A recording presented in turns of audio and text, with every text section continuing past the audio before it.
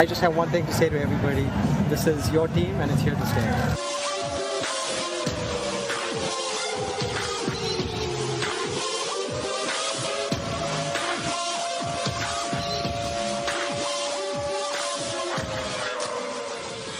You are now listening to Sports Talk 916 with Greg Bull and Coach Greg Veroza.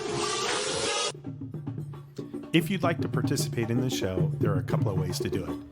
If you want to contact us on Twitter, use the show's Twitter address, which is @SportsTalk916. For Greg B, go to @MrChief916. And for me, Coach Greg, it's @Greg Veroza. And Veroza is VAROZZA. And if you want to chat live with us, the best place to go is go to the Mixler page and hit chat. There you'll see all of us chatting together as the show goes on.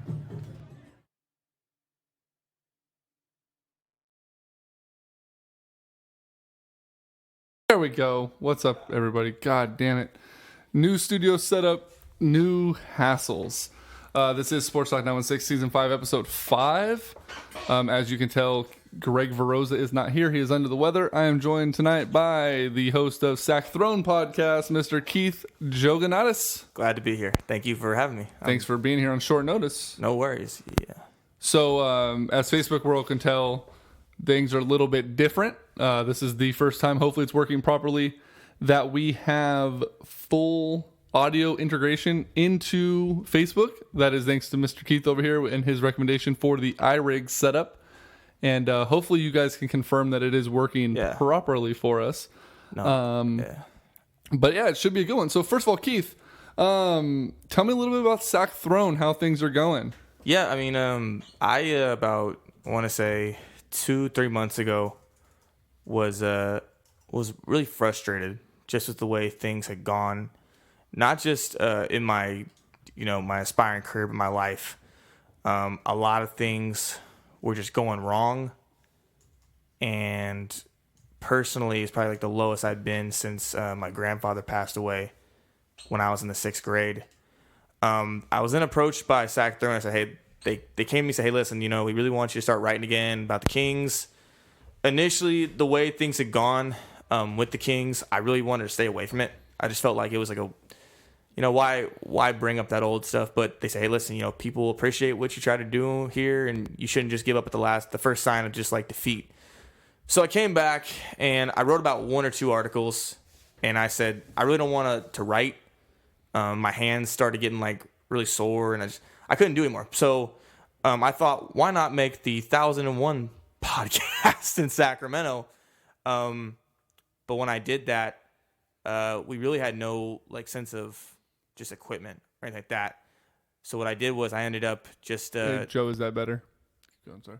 So we finally got the equipment thanks to you for helping us out, and just the setup isn't complete yet. We still got to get some more Kings gear up in the garage, but me and I really don't have a set co-host, but we're just happy to be doing the show, and we just completed our first pregame show. No postgame show tonight, but tomorrow we'll be right back in there. And the fact that people can actually call in, talk about the game or whatever's on their mind is great. And the thing I've learned is just to I think in the past I was just so caught up with just being like a super professional. But I think this show I've really starting to just open up, and more of my personality comes through, and it's probably the happiest I've been in a while. You know what really helps? Yes. Is being able to swear. Yeah. And this is always fun for us. I try not to swear. Fucking punter! I try not to swear on the show. We do a lot. I swear about 1 or 2, but I can't control what the callers talk about. So, but yeah, I'm just happy to be here, and I would do anything for you in the world. Like you're one of my bestest friends, and I feel like just you trying to help us out with the equipment was more than enough. So I said, when you said this morning, like you to come do this, I said, yeah, of course, I'd do anything for you. Sweet, man. I appreciate that. It's always a good time. Yeah. We did one of your shows here when you were trying to learn the that was awesome. The audio setup. So I'm glad it worked out. Let's start with what people care about the most in our area. Sacramento Kings. They've won 4 now in a row now. Well, 4 out of 5. Yeah. Looking good against a couple of good teams. Finally beat some teams they're not supposed to beat. Mm-hmm. Come from behind win again tonight against the Pelicans. the elephant in the room, DeMarcus is another technical. One more, he's suspended another game. But it's the Sacramento Kings, not the Sacramento Cousins. So let's talk about the team.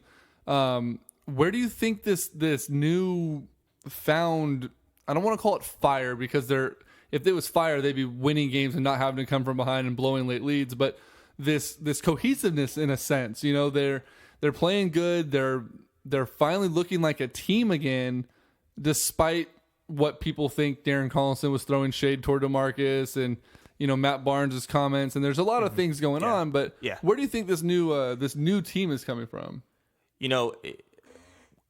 A guy called me on a Thursday or Friday night, asking what I thought about it, and in my honest opinion, I think the night Rudy Gay went down with the Achilles injury changed everything. I think up until that point, the Kings had a lot of games where they packed it in, did quit, and just really had this sense of not showing any resilience whatsoever. I think play sports forever. This is short-lived in the greater picture of life. And, a lot of people would kill to be where they are. And I think they realized that night that, this shouldn't be taken for granted. And I think that, and combined with what's happened to DeMarcus Cousins, and we can debate about what articles are factual and non-factual about him, and just the fact that, especially right now, we have so many people who just bag on Sacramento as a city, not even just as a team. I honestly think they've gone into FU mode. FU to anybody who clowns the Kings on social media as a bad organization. FU to all these people who make up hypothetical trade scenarios to get DeMarcus Cousins out of town. FU to everybody who's picked us to finish dead last in the Pacific standings and just not make the playoffs. In the greater picture of basketball and in the NBA, a lot of people will scoff at the notion that, the Kings are going to make the 8th seed. Like, that's cute. But I think to the Kings, them making the 8th seed, in the way this franchise has been ran and not prospered the last 10 or so years, it's a huge step. It's a step in the right direction. It's a landmark. And if they do end up with that 8th seed, that is a huge step in the right direction. I don't think this team by any means is a competitive team down the road. There's still a lot of things we have to figure out with the pieces. But I think if the Kings were to make the 8th seed, it would probably be in the top 3 moments in recent Kings history, in my honest opinion, them making that 8th seed. For sure. Chris Wright wants to know what is up with Ben McLemore. Me personally, I think he is trying to up his personal trade stock. I think he wants out. He wants an opportunity to play somewhere else, and I think he finally realized, play out of your damn mind. Let's see what can happen. And then TJ wants to know, will Buddy Hield get suspended for grabbing Cousins' junk? We're calling that pulling a Mullen. Oh, boy. No, I'm just kidding. But someone did say that on Facebook, so that they did exactly what Melissa would want to do. Do you think Buddy Hield gets suspended? I mean, I didn't see it. I was too busy watching real sports. Oh, yes, I was watching WWE Elimination Chamber tonight. It's scripted, but it's real, man. You can't fake getting cracked over the head with a steel chair. Right, but no, in reality, I had to downgrade my my cable package, so I don't have CS. It was on NBA TV. I didn't even have a chance to pull it up. Okay. But do you think he gets suspended for that blatant grab to the goods? I think if he doesn't get suspended for that, the NBA is hypocritical, because DeMarcus would have been suspended a week. Yeah, I mean, every time something happens in the NBA that somebody gets I think the term soft pass on, I think myself, if DeMarcus did that, all hell would break loose or World War III would ensue. But I think just the way Hield went at him, that was just you could tell it was blatant. I saw it. He literally tried to knock dude in the marbles. So for me, if Buddy Hield doesn't get suspended at least a game, I'm going to be pissed. Just honestly. As a Kings fan, do you find yourself using the DeMarcus Cousins barometer frequently? If DeMarcus did that, if DeMarcus did this, if DeMarcus did that. What barometer do you have? Anthony Tolliver did that. Right. If we can use Matt Barnes, but that's the same barometer. Well, yeah. But yeah, so this is the final home game before the All-Star break. Yes. Do they go on the road before another game before the break? I got to check. I don't want to say something that's unfactual because that's one thing I'm scared. I can't think of it right now. But if somebody has in the regardless, comments section, 4 out of 5 going into the All-Star break, 4 out of 5 games. I mean, that's not bad. They came back to who did they play the night when I was there? Celtics. So, yeah, the Celtics game came back to win that game. That game was a lot of fun. And that was without DeMarcus Cousins. And, you know, as much as I'm on DeMarcus about, you know, not always giving his 100% or wanting to be traded or needing to be traded, I didn't think the Kings had a fighting chance to win that game without DeMarcus. And it was a breath of fresh air in a way, because you're like, if this team were to part ways with DeMarcus, you know, all hope may not be lost.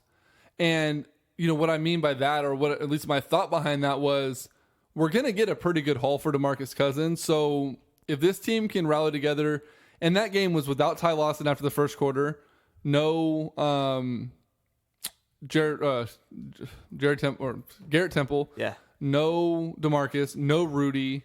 You know, there was one other player that didn't play that night. You know, they were very short-staffed, and they still stuck together and played it out. And that was the night, like I said, Darren Collison, everyone thought he put shade to the situation. He came out and said that wasn't the case. You know, but I don't want to say, do you think this is a turning point for the Sacramento Kings, but does this at least put a little bit of glimmer of light at the end of that tunnel, you know, for the potential playoff run? Or do you think that this is just take it for what it is? The team's playing good, and in reality, they're probably going to come back down to reality a little bit. Well, it's funny that the night that the Kings win against the Pellies and win 4 out of 5, Denver and Portland trade Nurkic and Plumlee. They just literally swap players. Like, okay, we can't win with this guy, so maybe we'll try with this guy. I don't know if I'd even call it swap players. I think Denver wins that trade. I mean, Nurkic is a great player. He has a lot of potential, and they got a second-round pick for Plumlee, or with Plumlee. Yeah. But, I'm sorry, Portland won that trade because, I mean, yeah, Plumlee flees up a ton of money for them in the offseason because he won't be a restricted free agent anymore. No, I understand. They get Nurkic, who's going to be a potentially great player, and they essentially swapped 2 good players, and they gave up a second-round pick for a first-round pick. They have 3 first-round picks coming up in this draft, and this draft is looking to be a pretty stacked draft. So here's the thing. When the Kings won 4 straight earlier, I was ecstatic because it was one of those things where you're optimistic. They win 4 straight, and then they just collapse and lose like the next couple. I think the Kings now, going forward, are going to be the front runners to win that 8 seed. They've beaten Portland. They played Denver pretty hard. For me, I look at the Kings. I think the Kings, out of all those 3 teams that you lump together, are the ones hungriest for the 8 seed. I think Vivek Ranadive smells a playoff spot. Like I told you, I think Vivek just smells himself. That's whatever, however you want to interpret that. I think he smells a playoff spot, and he wants so desperately to get in there. And there's been so many negative things happen to him since he took over this team. At first, it was all, you know, ice cream and lollipops. The guy who kept us here, the 916, kept the team here, you know. But as the years have gone on, the team has shown no signs of improvement with one of the best players in the NBA, not just at his position, in DeMarcus Cousins. You see fans that think he's one of the worst owners ever. I don't know if I'd ever go as far as one of the worst owners, but as far as meddling owners goes, he's at the top. But basically, he literally has had, if you want to get technical, one of the worst ownership regimes so far. And Vivek Ranadive would love nothing more than to get the Kings in the playoffs. It doesn't matter if they lose 4 over the Dubs. It doesn't matter if they go 4-1 to the Dubs. Just the fact that the Kings are going to be in there for at least 2 playoff games. He can sell out that new building. He can promote his brand. You're talking about national TV, just like the games are on television regardless. Every NBA playoff game is basically on TV, win, lose, or draw, or not drop, win or lose. It's going to take away a lot of the bad stuff that's happened. Not for maybe, you know, diehard fans like me, you, or, you know, guys that are in the groups that come and call on our show, but for the common fan in Sacramento, they don't care about half of this stuff. They just see the Kings are in the playoffs. Okay, I want a ticket. If the Kings make the playoffs, it'll be a who's who on front row. The Kings are in the playoffs the first time in 11 plus years. Like, where do I sign up for that? Chris wants to know, who do we trade, or do we make a trade? Now, let me before I get into this. Well, he says, do we stand still since we're all clicking at the moment? When do we get Temple and Lawson back? It's only going to solidify our bench. You mentioned people think that Vivek is one of the worst owners in history. See, I don't think I would go that far, but I would be willing. And albeit this team is playing better than anticipated, I would be willing to go out on a limb and say that Vlade Divac is one of the worst GMs in history. not simply for the moves that he's made, but for the that. lack of knowledge and the lack of aggressiveness when it comes to making a move. Okay. And the reason why I say that is, first of all, the pick swap with Philly is going to haunt us for a number of years. And he admitted after the fact that he got bamboozled by Hinkie. He didn't really know what was going on. He got excited to make his first deal, and he made that move. The other issue is when Rudy Gay made it very clear that he didn't want to be here anymore, Vlade came out and said, well, I really like Rudy, and I think he's going to be a good piece of this. We're going to stick it out with him. We're going to try to convince him to stay. To me, that's a bad move as a general manager, because you need to get value for a guy that's just going to essentially walk. Unless the Kings win the championship this year, I don't think there's much of anything that you can do that's going to say, you know what, I changed my mind. I'm going to stay for Rudy Gay. Now, short of that might be if he went to Rudy and said, listen, I need 3 players that playing here with will make you stay. Give me their names so I could try to go get them. The Kings aren't in a position to do anything like that. They don't have any assets. And I think that was a bad move on Vlade's part. The meddling with DeMarcus, I know he continually says he's not available, but there's reports out there that says he continues to take calls on him, that he's hard to talk to on the phones. He doesn't know what's going on. There's a lot going on with Vlade. So to Chris's question, what do we trade? I'm not sure that Vlade has the trust in other general managers to make a good deal. Isaac Delso says Koufos and Ben package. If Ben keeps playing the way that he is, I can see something maybe formulating with that. But I mean, realistically, let me have you put on your GM hat. Who on this team outside of DeMarcus Cousins, who's, let's just say he's untouchable because it's starting to look more and more like he's going to be here long term. Who on this team can you make a phone call to another general manager and legitimately make an offer for a piece that's better than what is on our roster currently without getting laughed at and hung up on? Okay, so I think out of all the people, Sean and I talked about this Friday night. The only person that I could possibly see having any value right now, if you disregard all the stuff that's happened short-term wise with regards to Willie and Ben showing improvement the last couple of games, is Afflalo. Sean brought up he has a very team-friendly contract. Sean brought up the point that he's got a 2-year deal. That 2-year deal was confirmed. Afflalo really hasn't bought into the system. He doesn't want to be here. He's been benched. He was probably sold on the idea that he'd come in and be the starting shooting guard. That hasn't really worked out. If I could see anybody from the Kings being traded, it'd probably be Afflalo. That's just the only person I see. But do you get value that's better than Afflalo coming back? I mean, do you get something?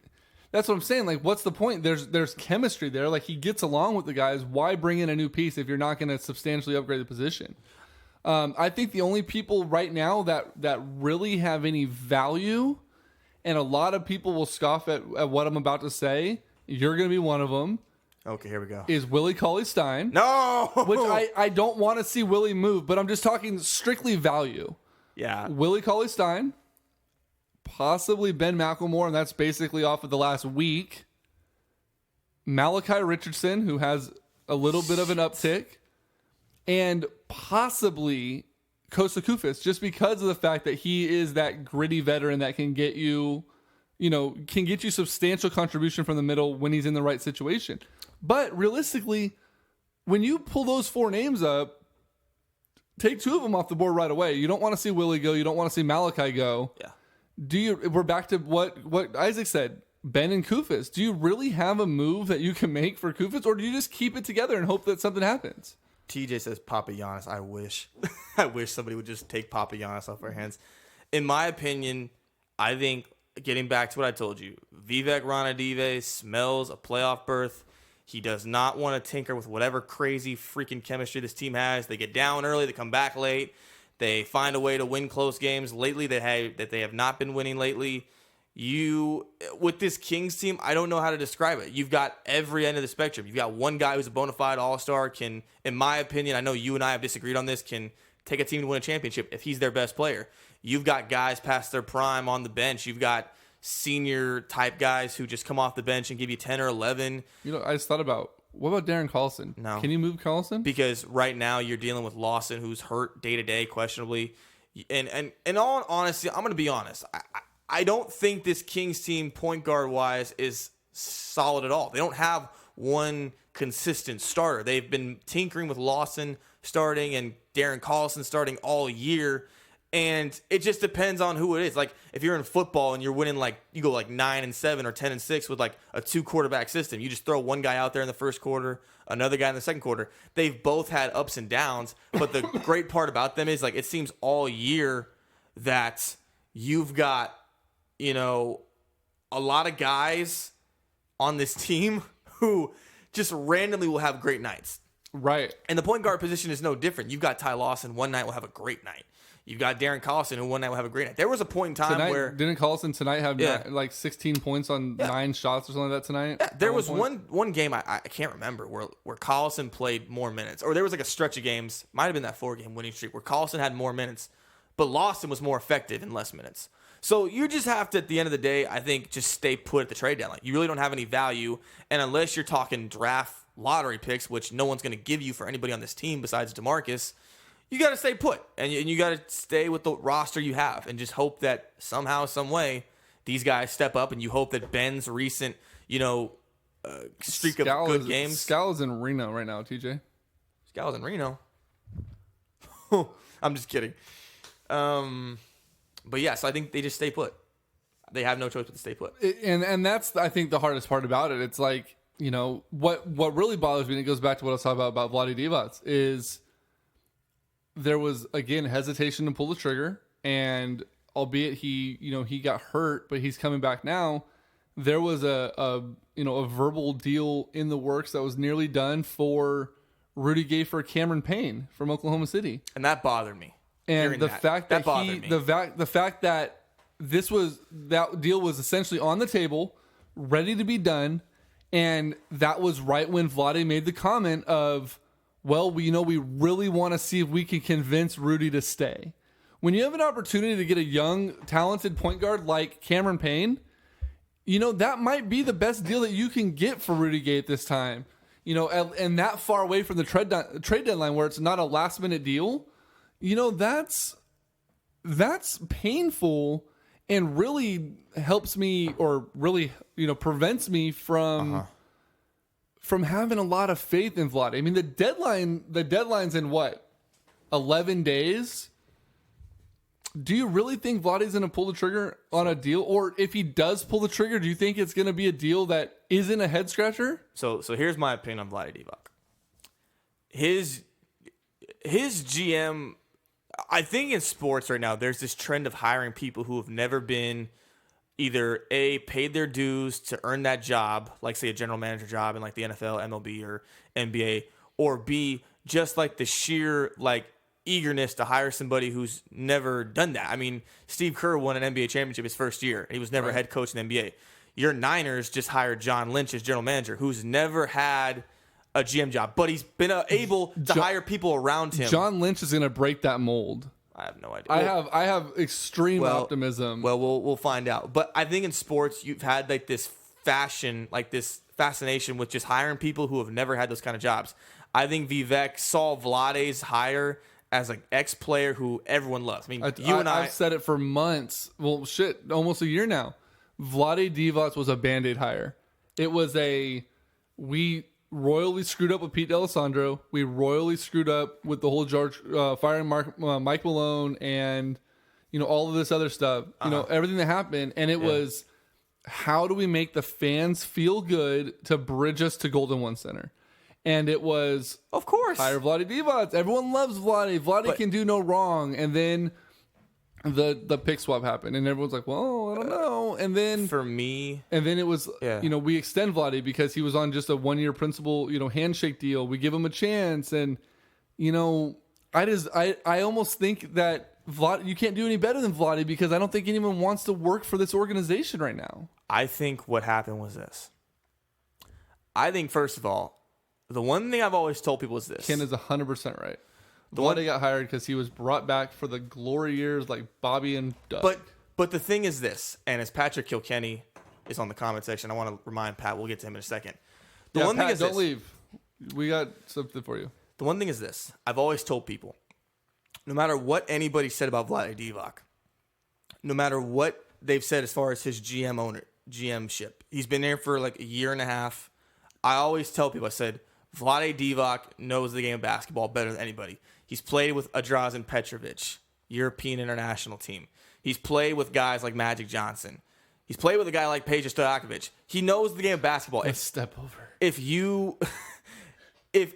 Vlade Divac thinks Vlade Divac is kind of like Phil Jackson in a sense. Phil Jackson will know if you can play or you can't play in 2 seconds. Vlade Divac's the same way.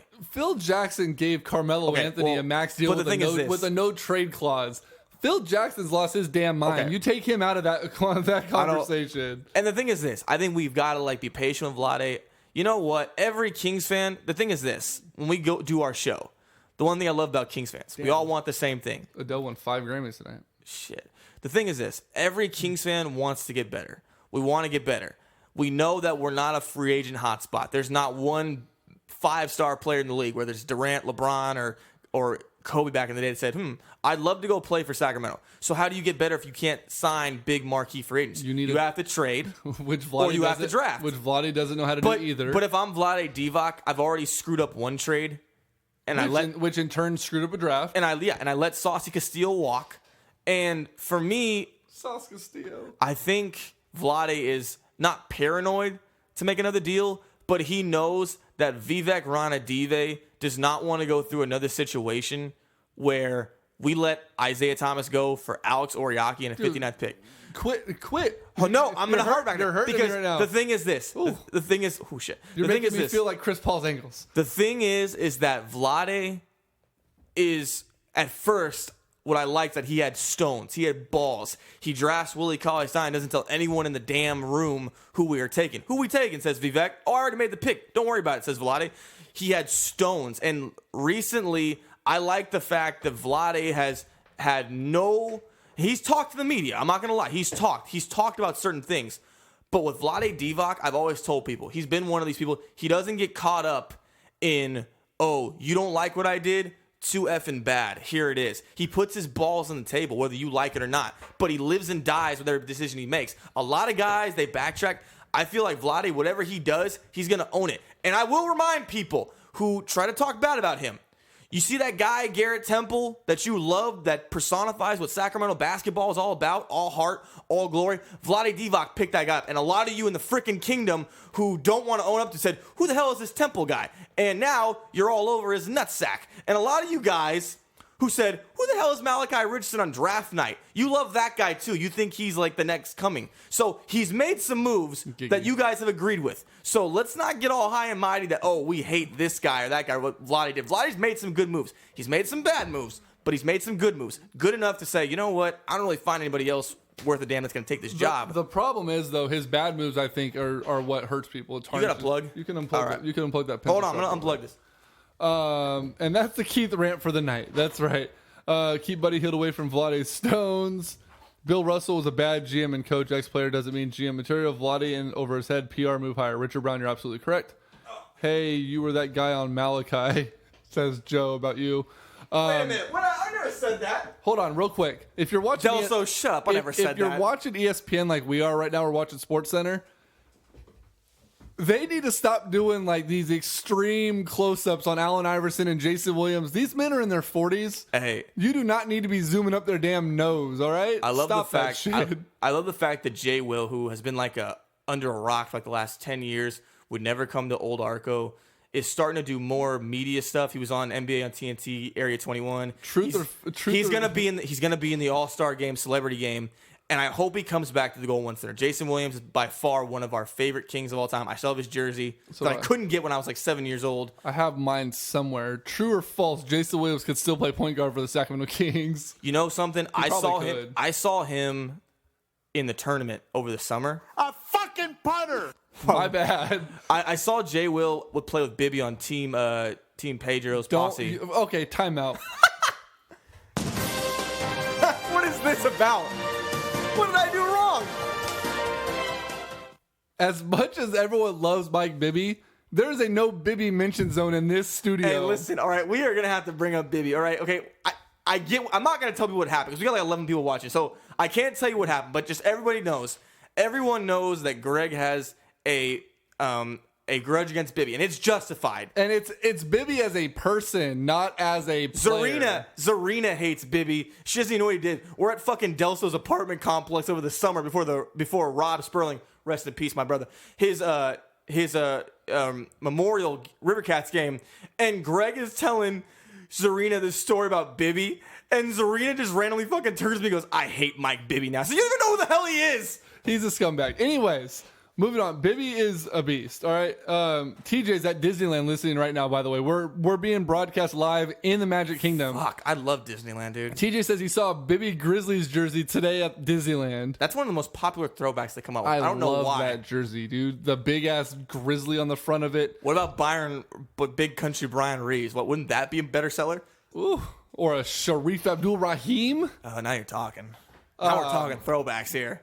They sell Sonics throwbacks at Sports Theater, my old job. It's like one of the most hilarious things ever. I don't have the music on there. I was gonna do an impromptu top 5 list. Top 5 favorite NBA throwbacks. Can you do one off the top of your head? Okay, so number 5 is the Vince Carter Raptor. That's like animated. I love the Vince Coming Carter, out of the jersey, the purple one. Yes. Number 4, I'm gonna go Michael Jordan 45 jersey for the baseball to honor his dad. Because I have the White Sox. Okay. I would because I have the Space Jam 11s that just came out this year. I'm sorry. When he came back from when he came back to the Bulls, 23 was retired. Yeah. I thought you said baseball, threw me off. Yeah. Okay. So I would love to have that jersey just to wear with my jams. Gotcha. Number 3, I've always wanted this, but I could never find it. It was a Jermaine O'Neal, like early 80s, late 80s Pacers jersey, and it was like when I was a kid, like I wanted that jersey because it was like colorful. It was neon yellow. It was like neon blue. I love that damn jersey. Right. Number 2, and a lot of people see. I'm not gonna say because people are gonna give me shit for that. Number 2, I would honestly you want an 8 Kobe jersey, don't you? Fuck no. What do people give you shit for then? I want to hear it. So people are gonna hate me for this. I think that Sean Kemp Sonics jersey, number 40, is awesome. I'm sorry. I'll never wear it. I would rock a Sean Kemp 40 green Sonics jersey with the Reeboks. They came out with those, and I was going to get them over the winter, but I could never save up for them. But number 1, I think just 55 Jason Williams. Reinvented the franchise. Purple, no white. People come out with that white one, and I hate it, dude. Right. The purple or the black. The black is so simple. For me, I'm not going to go specific player, but I'm just going to go jersey itself. Number 5 for me is that Kings era, the old school retro Kings era, the glory years jersey. It was just so simple, but yet so powerful. Any of the colors, I don't care which one it was. You're going team. I went player, but you're going team. I'm going okay. team. So all right, that you go jersey team. there. All right. Number 4 for me is the 95-96 black alternate Bulls jersey. Oh, sweet. With pinstripes? With the pinstripes. You know, I used to have a Jordan in that. I had a Pippen in that, and I had a Ron Harper. Holy shit! Yeah, but when I was a kid, I was my cousin that I looked up to was a diehard Bulls fan, and rightly so. It's the 90s. It was, you know, I like those Denver jerseys as well with the mountain scene on them. But yeah, so those are clean. Number 3 for me would be the Detroit Piston Grant Hill era, the teal with the horse. Oh, I forgot about that damn exhaust thing. pipes and the flames coming out. That of was them. sick, dude. Absolutely love those. Number 2 for me is the old Orlando Magic, just the basics back in the Shaq and Penny era with like the star, like the basketball and the star. It the comes star, that same thing, the but shooting star. Actually, I'm sorry, I would flip Detroit and the Magic. Let you flip. And number 1 for me is, and I have one. I wore it to the Kings game on Wednesday night. It is the 1995-96 throwback, half black, half purple, checkerboard side Kings jerseys that they wore. I have mine in Isaiah Thomas. Tough. Love those jerseys. Tough. Absolutely awesome. Anyways, let's go ahead and do. You mentioned something about Kilkenny. I'm not sure if he's still on or not. Kilkenny, if you're there, get your ass back on here. We need to talk about this. I'll text him right now. We'll let him know what's up. I'm sure he's still there. We told him not to leave, but a lot of people have asked about it. A lot of people want to know, is Keith really going to come through and diminish the traces of that jersey? I'm trying to find Kilkenny's number. Want to just put it on blast and let all the Kings fans have it? Because that would be fucked up. Well, I'm going to text him right now. We're talking about you.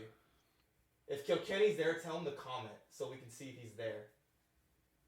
Okay, so I'm going to tell this story real quick. Okay, so Kilkenny's on. All right, we're going to talk about this shit. Fuck it. All right. So for me, this is how it went down. Delso, get ready. Get your popcorn ready. So Friday night, Wednesday or Thursday night was the first night, as I was telling you. Our equipment was working like on all cylinders. How the fuck can you Friday watch night. this without... Yeah, turn the volume down. Wednesday or Thursday night was the first I don't want to watch my live video anymore. Oh, click on the comment. Click on the comment, yeah. Like on all cylinders. What the... Okay. Your phone is fucking up, dude. Goodbye, Facebook. Damn, look at your phone messing up. All right, so like I was saying, Wednesday or Thursday night was the first night where we could actually hear callers. And that was like, okay, that was heaven.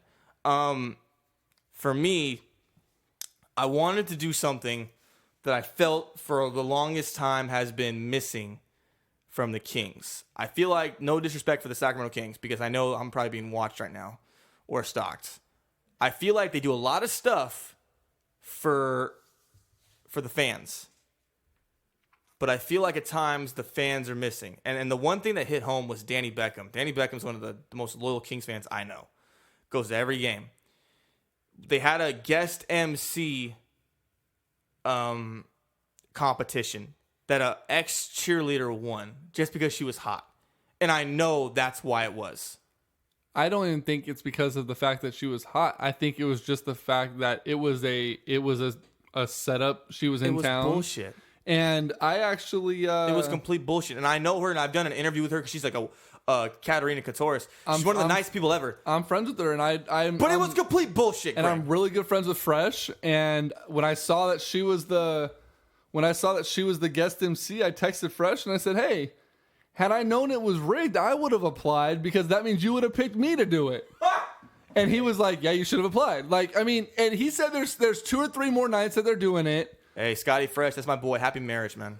And happy soon to be fatherhood. My guy. And I can't talk shit about Fresh because he just released the list of Fresh Hour, which is a homage to Chris Jericho's list of Jericho, which Tom Brady just got added to. And unfortunately, I was the first one that was put on the list. So that's what pissed me off. Was that I wasn't happy about that either. So that's what pissed me off. It was rigged. And I feel like if you're the Kings and you pride yourself on fan appreciation, there's been so much shit that the Kings have done. No disrespect. I love my hometown team. I do a show every night devoted to them. But that was bullshit, and everybody knows it. No. It almost started again. So I wanted to do Fan Appreciation Friday. And I think we'll just do a podcast playlist called Fan Appreciation where we interview fans. Because why wait for Friday? And I wanted to do something that was going to... Ooh, hold on. Ken Triglia, who... we won't get into it, but Ken and Patrick, they don't get along. Stay civil in the comment section. I got to finish my story before you guys get mad. You don't have to stay civil. I mean, it's a free country, No. Ken. You can do whatever you want.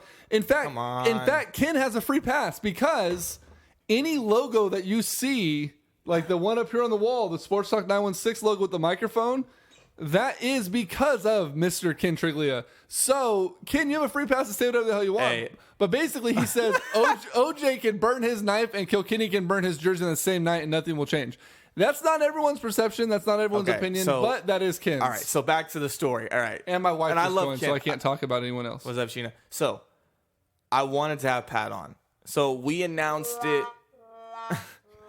It was the first one we ever did. We announced it, I want to say, at 12 o'clock on Friday. I was at work. Now, my job requires me to turn off my phone. So, when I went back for my lunch break, I was peeking in on it every night.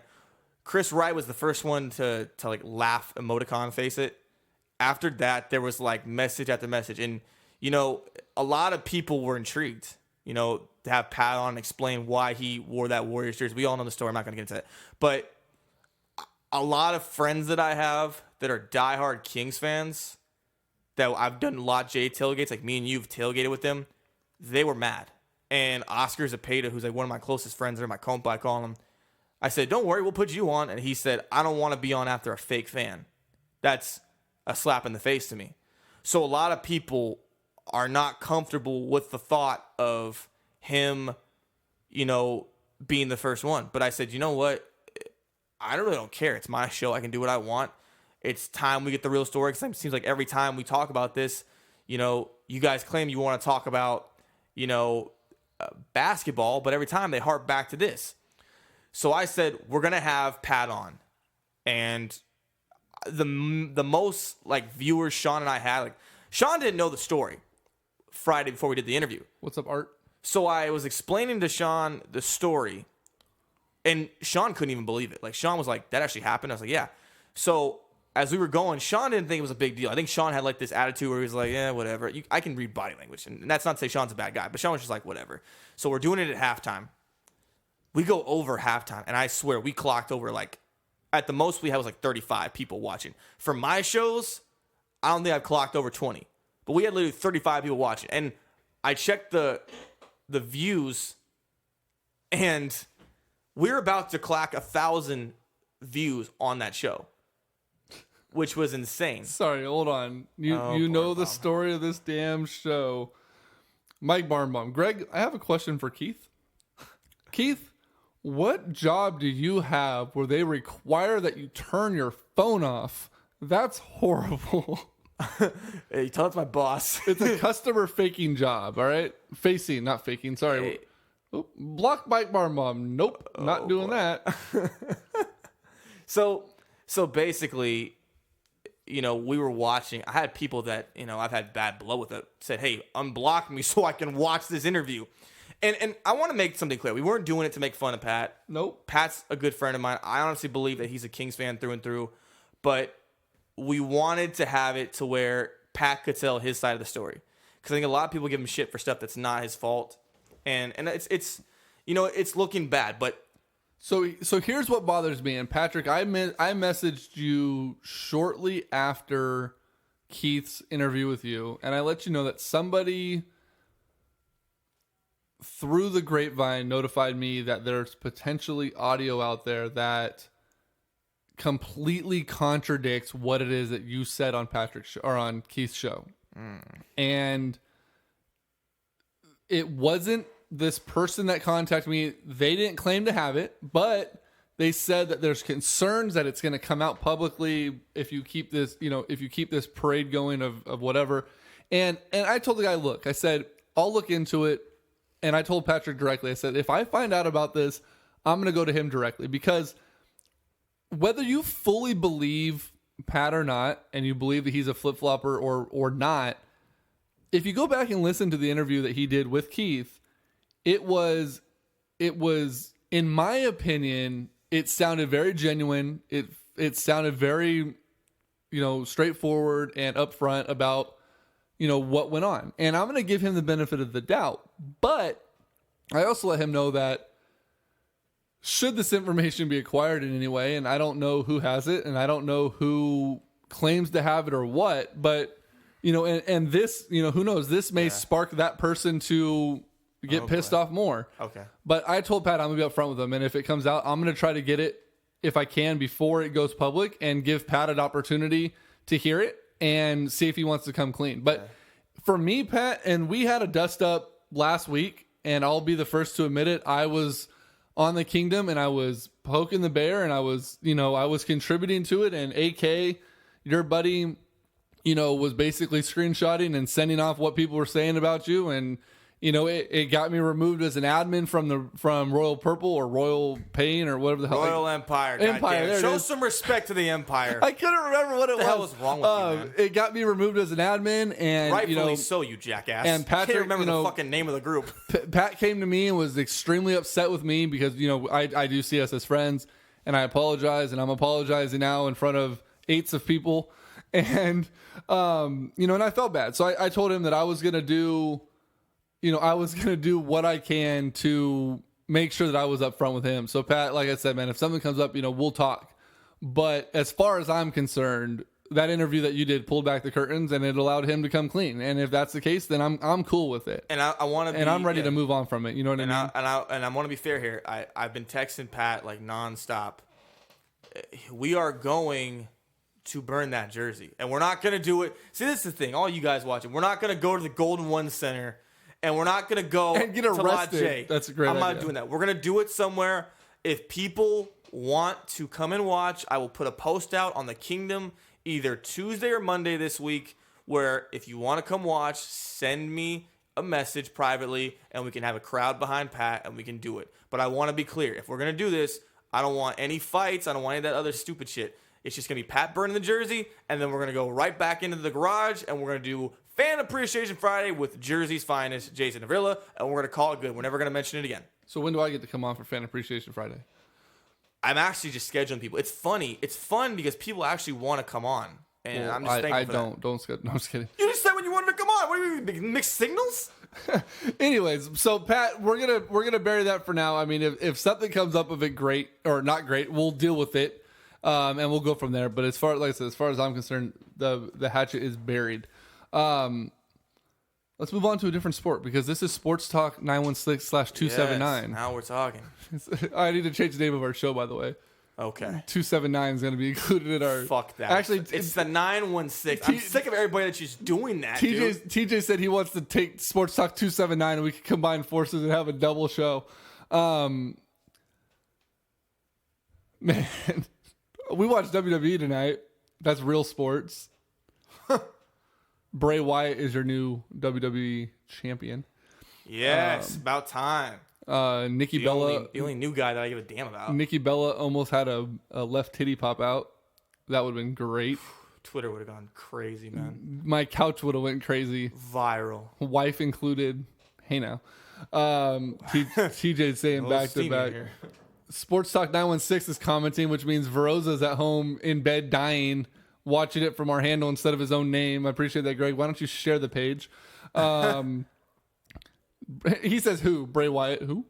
Bray Wyatt's the guy, man. Follow the buzzards, Veroza. Follow the buzzards. It's wrestling. I mean, no one gives a damn. Baseball's almost back. Yes, it is. Are the Pirates going to do anything this year? Not really, in my opinion. Hey, listen. Okay, I had a 3-year run. I've been a Pirates in my entire life, dude. I had a 3-year run when they were in the playoffs. The first year they got eliminated in the fucking barn bomb, man. God damn it. They got eliminated in the divisional series by the Cardinals, and that was it. Did you know that 279 spells out cry, which is the area code for stop? That's my guy, Mike Barnbaum, man. Damn it, Barnbaum. No, don't do that. Don't give him the sound. I don't have see, now you can't. I don't have his Barnbaum audio plugged in. Hey, on the real though. Hey, we're going international, folks. We are being watched in the Bahamas. My good friend Perez Burrows. Hey, go Marlins. If you've never heard the Perez story, I mean it's one for the ages. Perez is a great guy. He listens all the way down from the Bahamas. He's a big Kings fan. He and his beautiful girlfriend flew up here for his birthday during the final final game at Sleep Train Arena. Yeah. When Carmichael Dave brought the Here We Stay, or the not Here We Stay. God damn it! Why am I having this thing's not over? Not by a long shot. The playing to win. And the funniest part about that thing is, I want to talk about that for a minute, is that a lot of people in the media business in Sacramento were like fucking annoyed that Dave did that. Well, Dave was unemployed at the time, and it was a way to get his name back in. But you know what? The funniest thing is, did you hear about Lake Oroville? Yeah, has the bypass gone yet? I put my post out. Prayers up to those guys. Holy damn! We're getting watched all the way from Natomas. Shit. Well, fuck the Bahamas. Sorry, Prez. $50 a kayak seat, and no one's getting on for free. Anyone else not getting my own kayak? Anyone else not getting the feed? Did we lose the feed? No, the feed's fine. Like, I'm looking at it right now. You watching it? Yeah, we're fine. 51 minutes. No, 8 people. But it's funny. I think that the one thing that I want to, just for a quick second, you talk about your friend. Keith, close it and then reopen. Or I'm sorry, Chris, close it and reopen. Is that you've got Kings fans all over the world. We've got a lady that's coming in March from Tokyo, who my hope is to get her on the show. But I'm just thankful that, we're able to have fans that are so passionate as we are here in Sacramento, as far as the Bahamas and Tokyo and Chile and Jersey. No matter where, people are Kings fans all over the world. It's fucking crazy. I can't believe it. They love this team that's been horrible for 10 years. It's great. So quick story about Perez, because it's pretty cool, and then we're going to talk a little bit about baseball. All right. Hey, there's a toilet seat on TV. That is so awkward. I love George W. That Bush. is so awkward. Nick Croger's like, okay. Don't understand. And I just want to say right now that the live feed, we've had 327 views on it so far, which is amazing for our show. Awesome. I think this new platform is going to work out well. 1,170 people have looked at the link, so thank you guys for who's pulled it up. But no, so Perez, we're at that final game. We're hanging out on the concourse. We're staying as long as we possibly can. Gotcha. I'm on the phone with Howard Nevins at the time when we were doing our show way back in the day. And I'm on the phone and I'm like, oh yeah, for the podcast, we need to do this and that or whatever. And I hang up with Howard, and there's a couple there at the Gold 6, and they're getting ready to take a picture. And I'm like, hey, do you guys want me to take the picture for you? They're trying to selfie it or whatever. And I'm like, so I took the picture, and as I'm walking away, Perez goes, hey, do you want a cool story for your podcast? He overheard me talking. He goes, how about the guy that flew 13 hours or whatever, I think it was 13 hours, from the Bahamas to be at the final Sacramento Kings game? This was before we knew if they're going to Seattle or not. For real? Yeah, and I'm like, oh, dude, that's fucking cool. So we get to talking to him, and I'm like, you know what, come with me real quick. Run him over to the Plane to Win RV, introduce him to Dave and Jason Ross and a whole bunch of the guys that are there. And the next day, Mike Tavares and I went out to Richards Boulevard to the hotel they were staying at before they flew back to the Bahamas, and gave him a shirt and sat down and talked with him a little bit. Cool ass guy. We've stayed in touch on Facebook. He's a big Kings fan, and oddly enough, apparently a Marlins fan and a Vikings fan. So random. He's but so cool at the same time. He had a dice, and he's like, all right, I'm gonna go ahead and just pick a number. So random, but so cool at the same time, bro. But one of the coolest guys you'll ever get to meet. I mean, honestly, one of the coolest takeaways from that game. And he's been loyal to our show and watched us a lot, and it's cool. So, like I said, we're in the Bahamas right now. We're in Natomas right now. Us dinosaurs on Mixler feel neglected. James, we're on Mixler too. We're on everything. I'm not sure who the guy from Grease's balls that are getting licked. I wasn't sure what that comment was, boy. So I didn't really comment on it. But we're there.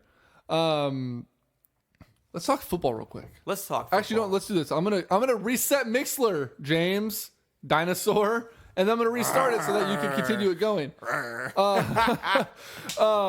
What I want to talk to you about right now is you're a Pittsburgh Steelers fan. Sadly, yes. They got ousted in the championship game. Doesn't even do it justice. And got their ass handed to them in the championship game. And do you hold any weight, or does the statement hold any water that Ben Roethlisberger may actually not play next season? I think it does. I think for me, when I first heard it, it made more. It makes sense. Ben, the last 3 or 4 seasons, has had injuries that have kept him out of multiple games. Holy shit, that was bad. And they're not just injuries that you say, oh, you can tape that up, or oh, you can play through that. Chris Hogan played lacrosse, right? Yeah. SportsCenter's top 10 just showed a lacrosse player go behind his head and 5-hole the goalie with a shot. It was pretty badass. Gotcha, bitch. No, so I think for me, watching him his entire career, I was 11 when we drafted him in 2004. I'm 23 now. 12 years later, I've been lucky to see one of the best quarterbacks to ever play. You were 11 in 2004? Yes, I was. What is so sad about that?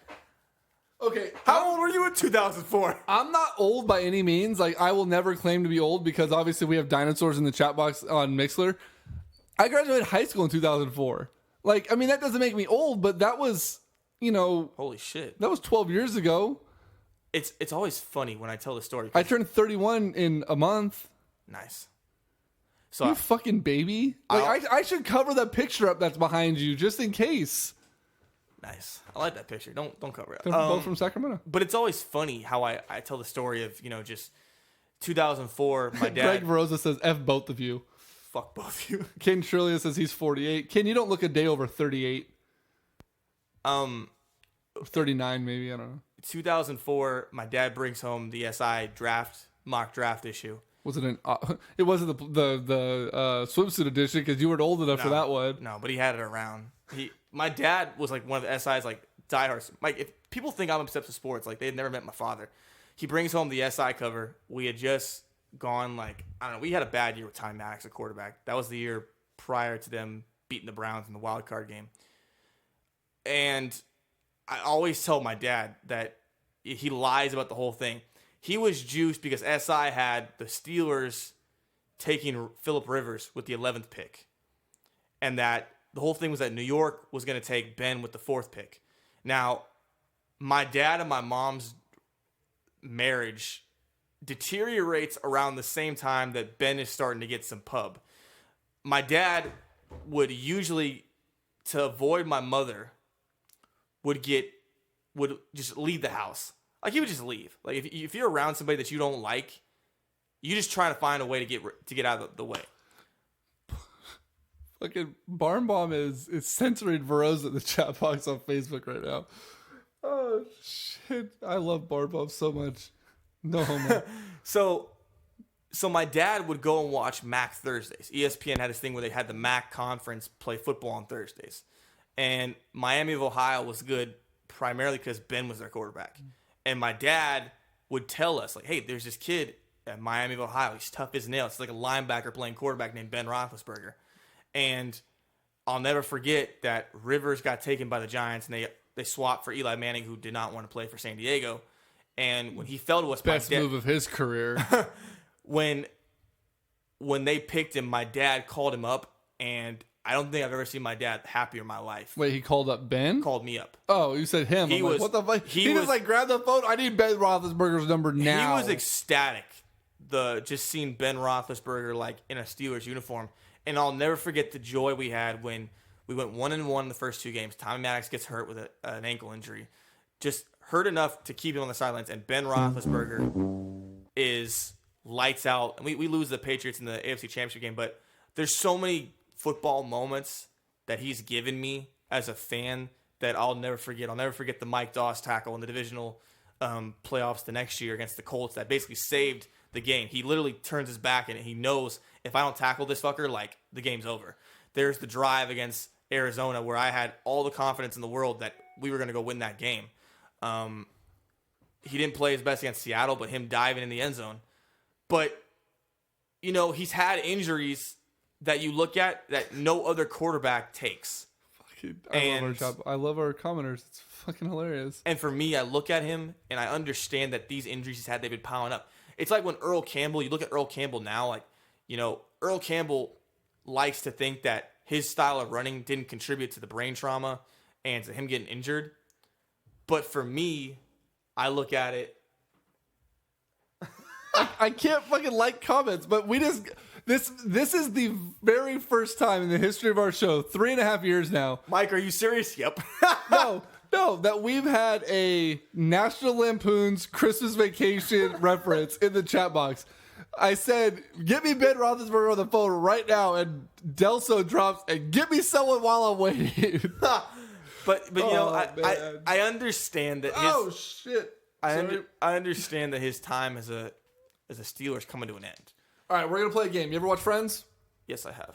All right, we're going to play a rapid fire game. Tell me the first thing that comes to your mind. First answer that comes to your mind. All right. Ben Roethlisberger plays next year. Likely. Okay. Le'Veon Bell re-signs with the Steelers. Fuck that. You don't think so? See, this is the problem I have with the Steelers right now. I've grown up on the morals and values of the Pittsburgh Steelers. No one's above the logo. Santonio Holmes, you get in a fight on an airplane for talk because you don't want to take out your phone. You're Super Bowl MVP, too fucking bad. You're gone. Plexico Burress, you want a new deal. You want boatloads of money. You're gone. You want to shoot yourself in the dick. Yeah. Antonio Brown, back or gone? I'll be back.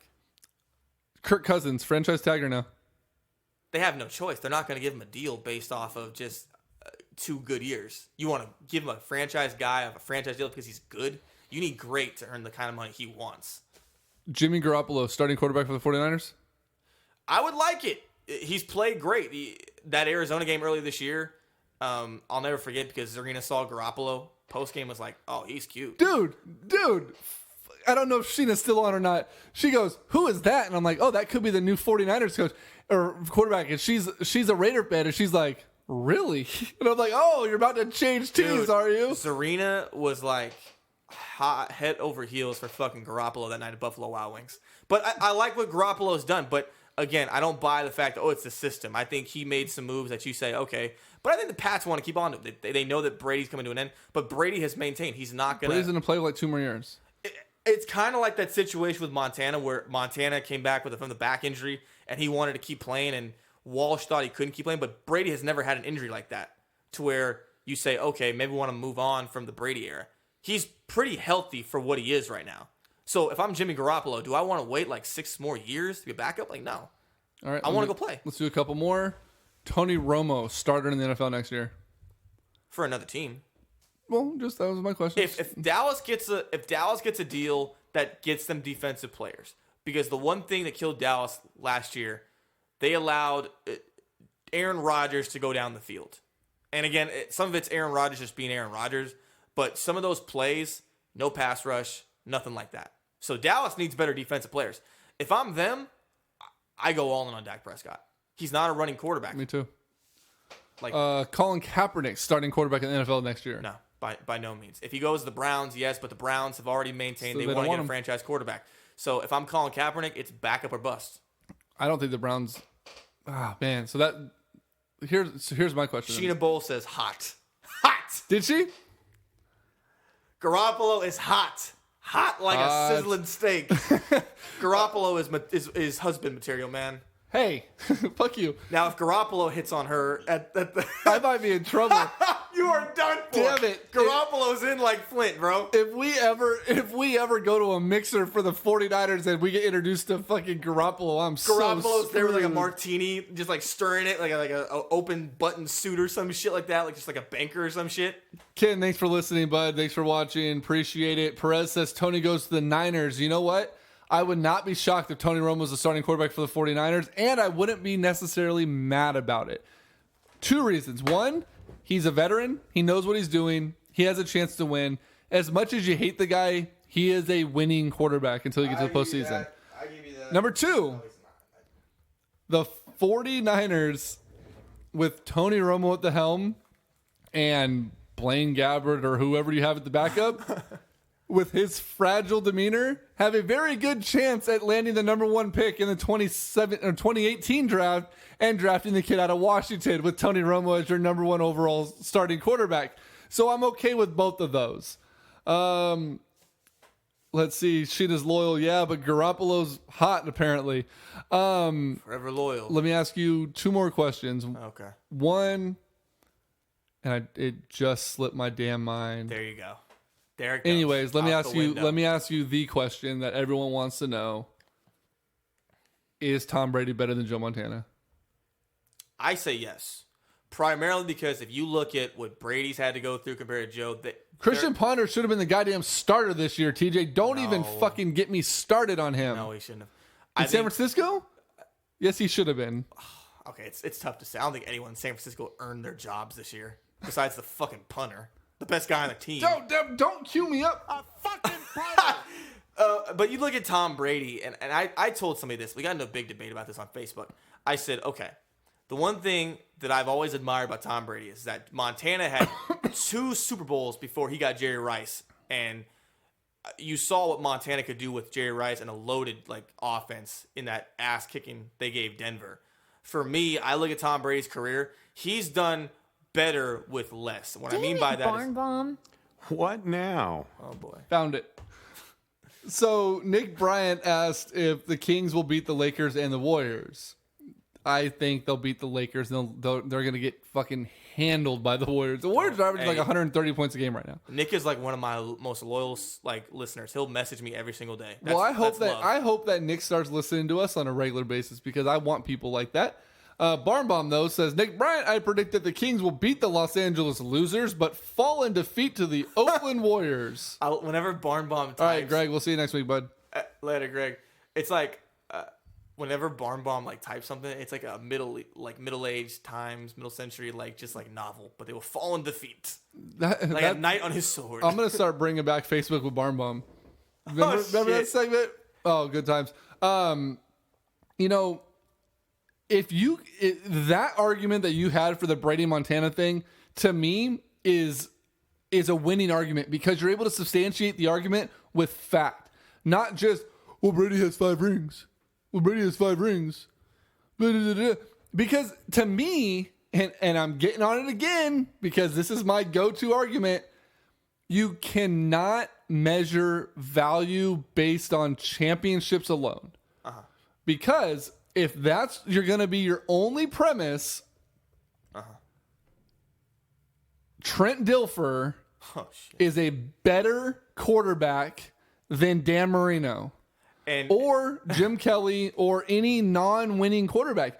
And to me, if that's going to be your premise, then I'm going to stand to that because you can't talk championship value and not say that that's a true statement, where that is one of the most asinine statements that can ever come out of my mouth because Trent Dilfer is a warthog's butthole is what I should have said. And Dan Marino, arguably without Super Bowl, is one of the best quarterbacks ever to put on a helmet. And I hate people that make that argument. Oh, well, Brady has 5 rings. But I don't give a shit. The argument that I make for Brady is that the one thing that you have to rely on. That's a good question. 50. The one thing that I've always admired about Tom Brady is just that the only time that he ever had help was that 2007 year with Moss. Deflategate. Where like every single game. Spygate. But okay, but Tuck rule. But you know what? You can't spy anything. Like him and Moss with Wes Welker and Dante Stallworth. At the time, he had at least 3 of the top 20 Can we ask Raider fans how they receivers. feel about that 6th-round pick? Oh shit! That was the year. What's up, Leo? That was the year.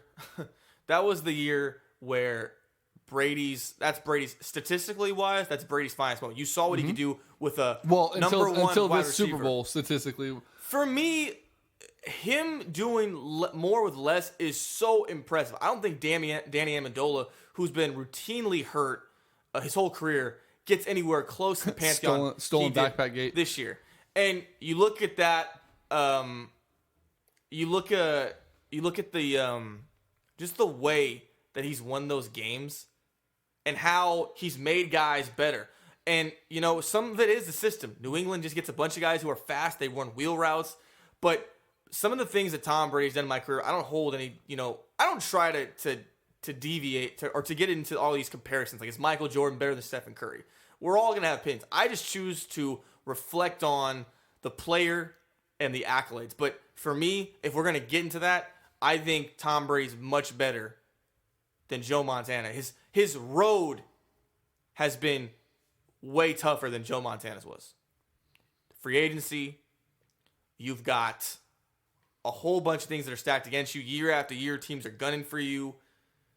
And it just comes down to the fact the that... commissioner? Yeah, oh, fuck that guy. Don't ask me about that guy, dude. But for me, Tom Brady, I've just been thankful to watch him my life at his peak. 5 championships could could definitely be a situation where he gets a 6th. Yeah, I think he has. And that's crazy. I think he has 2 more years. If he gets a 6th, that conversation is done. I think as a Niner fan, I think the conversation is already done. They put us on SportsCenter. Look how good. Oh, it's actually highlights of us. Let's see though. It might just be highlights of him throwing down. Is this the technical foul? Yep. Oh, that's a Are you flop. fucking kidding me? Come on. You bozos! Okay, hold on. No yelling. This is a no yell zone. No, I'm just kidding. That technical by DeMarcus Cousins is going to be rescinded. I'm going to go ahead and put that out there right now on the Sacramento Kings on this broadcast. You'll hear it here first. That's going to get rescinded. See this? Like he literally tries to hit him in the nutsack right there. What is wrong with you? You're a rook. Come on, man. I just like dick. And Scott Moak's like, what? Oh. So the initial entry of the hand to the crotchal area, I have no problem with. It's the fact that it jars upward as he's trying to pass by. Like there's a grapple on it. You know what I'm saying? Like there's a grapple. Well, the thing is, his hand was backwards, but Okay. he still made it. But you see that in the clip, there's like a squeeze type of action. Oh, they ejected him on a flagrant 2 for it. Thank God, dude. Right. You can't go grabbing people. Spurs lose to the Knicks. It was Latrell. Look at Latrell Sprewell. It was Latrell Sprewell night, bro. Wow, but despite Kawhi Leonard, that dude's fucking sleeping while sniffing his fingers, and that other guy next to him looked like Ron Clint. Right next to James Dolan. Yeah, where's Charles? Where's Charles Oakley at? Hey, listen, that was some bullshit what they tried doing to Oak, man. I love Oakley. I wish more players played like Oak did. Oh, fuck you, Spike Lee. Spike in the Oak jersey. Oh, that okay? You know what? I take that back. Way to go, Spike Lee. You just gained some respect from me. Man. Stones. Final thing, baseball season is back. We already mentioned it a little bit. 49ers, Giants pitchers and catchers report tomorrow. A's report on Tuesday. Baseball is back. I've already confirmed, this is a little bit of local stuff for people that actually give a damn. I have confirmed with the Sacramento River Cats that Greg and I's credentials have been renewed for the upcoming season. Good for you guys. And we plan on bringing a whole new level of attention to the River Cats. No one around Sacramento seems to give a damn as far as radio goes. Even ESPN 1320, who broadcast the River Cats games, don't cover the River Cats. So Greg and I are going to focus on bringing some extra stuff. If you want to do any kind of writing, or I can get you some guest passes from here and there, let me know. I will say this about the Cats. And let's, we're going to bring some new attention. They're going to be reporting soon. We're going to get out there to media day. I've been very, over the years, disappointed with how we've supported the Sacramento River Cats. Like we ride hard for Republic FC, and Right. we ride hard for the Sacramento Kings. And no one gives a damn about the Cats. But for me, I think the Cats venue, it's in the rail yards. It's more so of just like a not in the casual. rail yards. I mean, like, well, you know what I'm talking about. Like, it's more of a casual thing. But for me, it feels like when you go there, the atmosphere. It's not like, and it's just like people are on vacation. It's summertime, but the atmosphere is like dead compared to say like a Republic FC game. Like me sitting in the stands of the River Cats game is like idle. And then you go to the Cal Expo Fairgrounds and you see like a Republic FC game and you watch in the battalion and we're just going nuts. Well, and the problem with that, though, is soccer is 90 minutes running clock. Baseball, obviously, is a slower progression. You have a lot of different stuff going on. Uh-huh. The perception at Rayleigh Field since the Giant A's flip-flop has changed. There's a lot more energy. There's a lot more... I think there's a lot more non-traditional fans there. There's not as many of just, there because it's baseball. Like, there's actual, like, excitement there. And I think the culture there is starting to change. They're doing a lot more giveaways this year. They're doing a lot more stuff. We're going to try to bring a lot more coverage to it. And the other thing the River Cats have going against them is that it's minor league baseball, so you're constantly changing rosters. Right. Republic, we have guys that have played for us for years, like Dom, our goalie, Jakubik. He is a fan favorite. If you follow him on Facebook or you're friends with him on Facebook, like, you are missing out. Like, this guy is like brash. Whenever a guy who never has been with the culture in Sacramento leaves, he's Joe like, Delso. That's because River Cats don't have a supporters group or chants. Let's go ahead and start that up. Holy shit. Noah Syndergaard added 17 pounds of muscle this offseason. looks like it. Good Lord. Dude, he looks And he built. put on fucking 9 inches of hair. Dude, he looks like Hold Thor on. now. Dude, he looks like Thor. Barn Bomb. Greg, to your point about River Cats guest passes, could you look into guest passes for me May 19th, 20th, and 21st? These dates are Friday, Saturday, and Sunday. It's not the Memorial Day weekend. Mike, I don't know if I can pull that much. Oh, come on, Bull. The man supported your podcast for years. No, you know what? And now Time in his time of need, you're leaving him high and dry. Time out. Mike, Like, what is wrong with you? Mike, are they playing Nashville? Is Yes. that why? Wait, why would them playing Nashville make a difference? That's the new A's affiliate. Barn Bomb's an A's fan. Wait a minute, Barn Bomb. You want those just because you want to see them play the A's affiliate? We'll wait. Okay, so I'm thinking of while Barn Bomb types, I'm thinking of like a River Cats chant. Like, I don't want to like rip off like any like. Okay. They are playing Nashville. Yep, I do it. No, I'm not. No, you can spend $6 and sit in the grass, Mike. Hey, listen, no, Barn Bomb belongs in the stands. Barnbaum is a celebrity, dude. Barnbaum is a local celebrity. I want to say one thing. You said it's because it's minor league baseball. When you have some time tonight, when you're laying in bed, getting ready to go to sleep, do a Google search for minor league baseball jersey, like themed jersey nights. Uh-huh. A couple years ago, all of the teams did Legend of the Hidden Temple like jerseys. Like the River Cats did the Red Monkeys or the Red Jaguars or whatever it was. It was the Red Jaguars. They all wore Legend of the Hidden Temple, and then they auctioned them all off, and they all why buddy grabbing those nuts from the 702. I'm not sure where that's at, but thank you. We've already talked that Vegas. Oh, fucking dope. That's Ronnie in Vegas, man. He's one of my main supporters. Shout out Ronnie, to I appreciate it, man. Follow us on Facebook. Check us out. Legend of the Hidden Temple. Some of them have done like the River Cats always do some of the Sacramento Zoo where they have like leopards and they've done like a tiger and a zebra. This year, the River Cats are wearing tribute jerseys to A Field of Dreams. Oh, that's going to be interesting. Pink jerseys, sublimated dye jerseys with the Sacramento River Cats logo on the chest, just like the jerseys were in the movie because it's a 25-year anniversary of the Field of Dreams. It's an all-women's team, in the movie. And you mean not Field of Dreams? A League of Their Own. I'm sorry. I was like, where does the color pink come in at Field of Dreams? Was Ray Kinsella wearing a fucking pink crew neck? Sorry. Him and his dad were playing catch in the end? That's my bad. A League of Their Own. They're doing a tribute at the League of Their Own. And there's a AA team back east that I don't remember the team name. But, all right, Joe. They're doing Tool Time Night. Remember the old Tool Time show with Tim Allen? Just sounds wrong. Tool Time. Their jerseys are full flannel shirts with a tool belt on them for Al Borland. And Richard Karn is going to be at the game throwing out the first pitch for Tool Time Night. Oh, my God. Minor league teams go hard when it comes to these themed jersey nights. Just Google some of them. Like the Chihuahuas, the El Paso Chihuahuas, change their name once a year to the Tacos, and they wear full taco uniforms. Yeah. The Fresno Grizzlies have done that as well. Like, it is a blast to look at. You need to go check it out. It is pretty freaking cool. That is awesome. Home improvement. Plumlee traded to Denver for big Euro center Nerfic. What's his name? Nerfic. Joseph. Jers, whatever. It's Rick and Nerfic. It's going to be a pretty even trade. I think Portland wins that trade. Jurassic Nerf gun. Jurassic Nerf gun. For that note, though, it's been an hour and 24 minutes. Keith, I really do appreciate you coming through. Always. Facebook listeners, I really do appreciate it. Let me check I want to check the numbers again because thank you guys that for watching blew me away. Thank you guys for watching. I appreciate it. I'm hoping that when Keith isn't around, you guys will come back and still watch because we'll we'll definitely have some I love their show.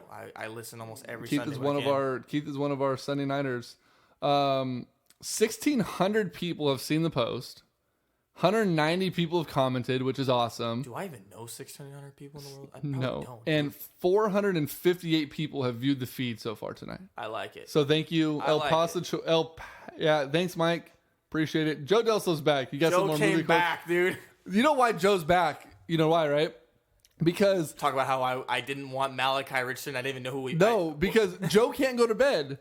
Because Joe. He has like... Damn it, Joe. He has like 13 months of the WWE Network. Listen to me. To get caught up on. Listen to me. Joe Delso is one of the worst drivers in the world. What? He'll put the freaking selfie cam on while his wife Angie's in the passenger. And you can tag Angie on this and put them in it. Because Angie will back me with this. He'll be bumping like music and shit. Like, hey. Yep. And then Angie will be like in the passenger seat like... Pissed. Yep. Like scared as all hell, dude. Fun fact though. So Joe and I were talking about the Apple TV, right? Because it has these dumb little fucking remotes that are slippery and hella hard to hold on to, right? You've seen these. Yeah.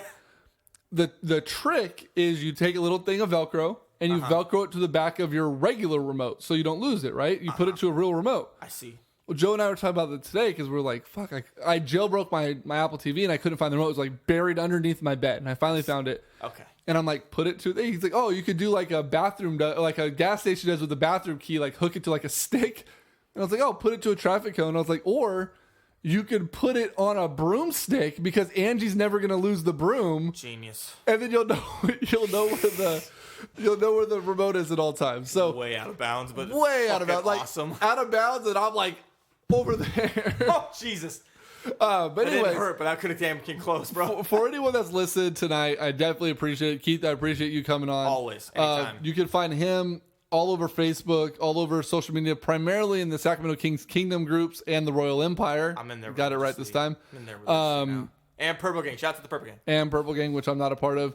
But he does his broadcast every night. That's the Sac Throne Podcast. Yes, I do. You can get your call-in numbers through them. We're going to go ahead and continue on our Sunday nights. Greg Rosa should be back next week. You can find Keith in our chat box or likely in our Facebook live video feeds. Most likely in the live feeds. I'm not a dinosaur. I'm like a pterodactyl if I'm a dinosaur, though. Right. So we're going to get that all taken care of. We're going to continue doing Mixler, but we're going to start doing a lot more of this since the audio is pumping through, and apparently it's coming through very clear. Hell yeah. So we appreciate all of you guys. Until next week, for Keith Joganatis, for Greg Rosa, who's at home sick, and for myself, better. Greg Bowl, Get we better, will Greg see V. you all next week. Prayers up Oroville. Yeah. Yeah, prayers out to Orville for sure.